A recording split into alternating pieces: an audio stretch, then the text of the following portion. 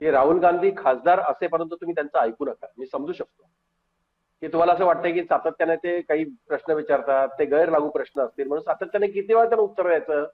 त्याला विनायकराव आपण समजू शकतो की तुम्ही उत्तर देऊ नका. पण ज्यावेळेस लोकशाहीने आणि संविधानाने एक विरोधी पक्ष नेता जेव्हा आपल्याला प्रश्न करतो संसदेमध्ये, लोकसभेमध्ये, तो आपल्याला काही काही विचारतो, काही मुद्दे सांगतो, काही त्रुटी सांगतो, यावर उत्तर देणं हा स्वाभाविक भाग सरकारच्या समोर येत असतो. असं मानलं जातं विनायकराव की संसदीय लोकशाहीमध्ये जेव्हा एखादा खासदार तुम्हाला प्रश्न विचारतो असंही समजलं जातं की त्याचा प्रश्न चुकीचा असेल, पण त्या प्रश्नाला खरं मानून आपण त्याचं उत्तर दिलं पाहिजे असं लोकशाही सांगते. हे लोकशाही प्रक्रिया सांगते.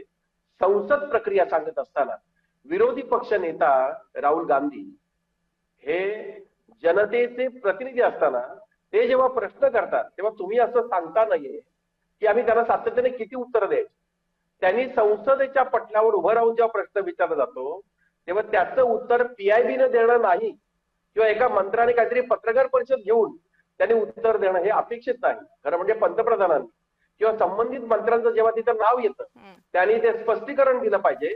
कारण हे संसदेच्या समोर लोकसभेमध्ये विचारलेल्या प्रश्नाचं उत्तर देणं हे दायित्व सरकारचं आहे. जेव्हा सरकार त्यापासून दूर जातं त्यावेळेला लोकांमध्ये आणि विरोधी पक्षांमध्ये त्यांच्याविषयी संशय निर्माण होणं हा स्वाभाविक भाग आहे विनायकराव. आपण जर तसं केलं नाही आणि सातत्याने आपण जर म्हणाल हे नरेटिव्ह निर्माण करतात तर त्याला उत्तर तिथेच दिलं पाहिजे.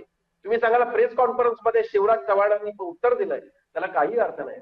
लोकांना माहिती आहे हे पटलावर जेव्हा येतं तेव्हा पटलावरच उत्तर दिलं पाहिजे. असं होत नसेल तर सरकारचं काहीतरी गैरलागू आहे, सरकार चुकीचं करतंय असं लोकांमध्ये भ्रम स्वाभाविकपणे पसरू शकतो.